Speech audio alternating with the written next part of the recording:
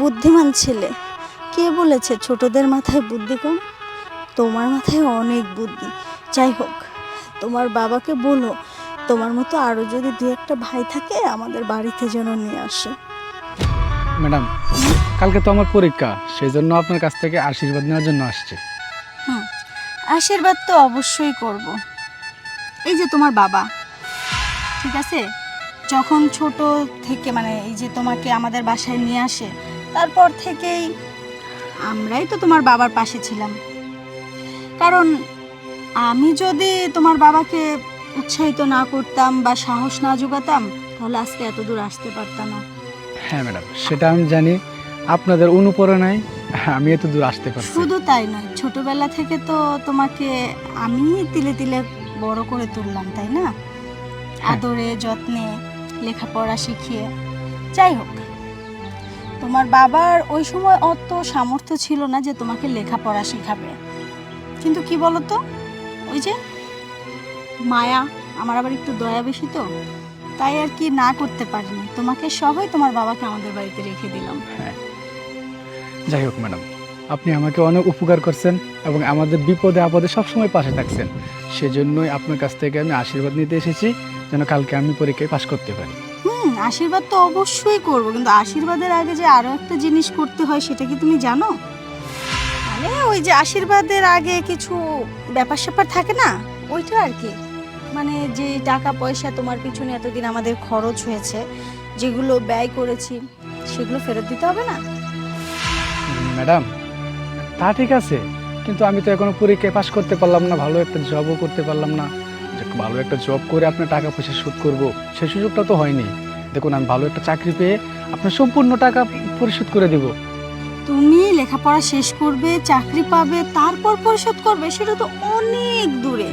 আমার তো অত ধৈর্য নয়, আমি আবার কম ধৈর্যের মানুষ, আমার তো এখনই লাগবে। এখনই আমি কোথায় টাকা পাবো ম্যাডাম, সেটা আপনি বলুন না। না ঠিক আছে, টাকা না পেলে আর মানে এখন যেহেতু তোমার কাছে টাকা নেই, চাকরি বাকরিও নেই, একটা উপায় আছে, চাইলেই তুমি পরিশোধ করে দিতে পারো। কেমন করে? ওই যে বলে না, চেষ্টা করলেই উপায় হয়, মানে ইচ্ছে থাকলে উপায় হয়। তো তুমি যদি চাকরি পাওয়া ছাড়াই এতদিনের ঋণ পরিশোধ করে দিতে পারো মাত্র একদিনে, তাহলে কেমন হয়? সেটা তো আমার জন্য খুব ভালো হয়, সেই উপায়টা বলুন। তেমন কিছু না, ওই আর কি, ছোট থেকে লালন পালন করেছি তো, একটু আমাকে খুশি করতে হবে। ও, তার মানে আপনি বলতে চাচ্ছেন যে আপনাকে আদর সুহাগ ভালোবাসা দিলেই আমার টাকা পরিশোধ হয়ে যাবে? না না, বলতে চাচ্ছি না, বলছি। দেখুন, আমি ছোটবেলা থেকে আপনাদের বাড়িতে আছি, আমি এই কাজটা আপনার সঙ্গে করব। তাতে কি হয়েছে, এখন তো আর তুমি ছোট নেই, এখন তো তুমি বড় হয়ে গেছো। ঠিক আছে, যদি আপনার সঙ্গে এই কাজটা করলে আমার সম্পূর্ণ টাকা পরিশোধ হয়ে যায়, আমি রাজি আছি। হ্যাঁ, সত্যি?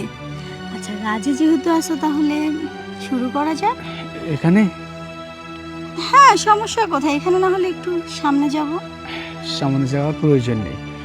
আসলে ছোটবেলা থেকে যখন আমি আপনাকে দেখতাম তখন আমার খুব ভালো লাগতো। এখন যেহেতু বড় হয়েছি আর আপনি আমার কাছে আসতে চাচ্ছেন, সেই সুযোগ তো আর মিস করব না। চলুন। এই তো বুদ্ধিমান ছেলে।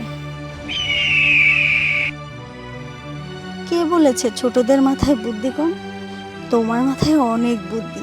যাই হোক, তোমার বাবাকে বলো তোমার মতো আরো যদি দু একটা ভাই থাকে আমাদের বাড়িতে যেন নিয়ে আসে। ম্যাডাম, অন্য কারো কোনো প্রয়োজন নেই, এখন থেকে আমি আছি। যত সুখ দরকার হবে আমার কাছ থেকে নেবেন। এখন কথা বললেন না, চুপটি করে সুখ নেই। আচ্ছা ঠিক আছে, এবার ম্যাডাম, হুম, তাহলে কি আমার সম্পূর্ণ ঋণ শোধ হয়েছে? একদম। ঠিক আছে, তাহলে আশীর্বাদও পেয়ে গেলাম, এখন আমি যাই। ঋণও শোধ হয়ে গেল। হুম। আচ্ছা ঠিক আছে, এসো।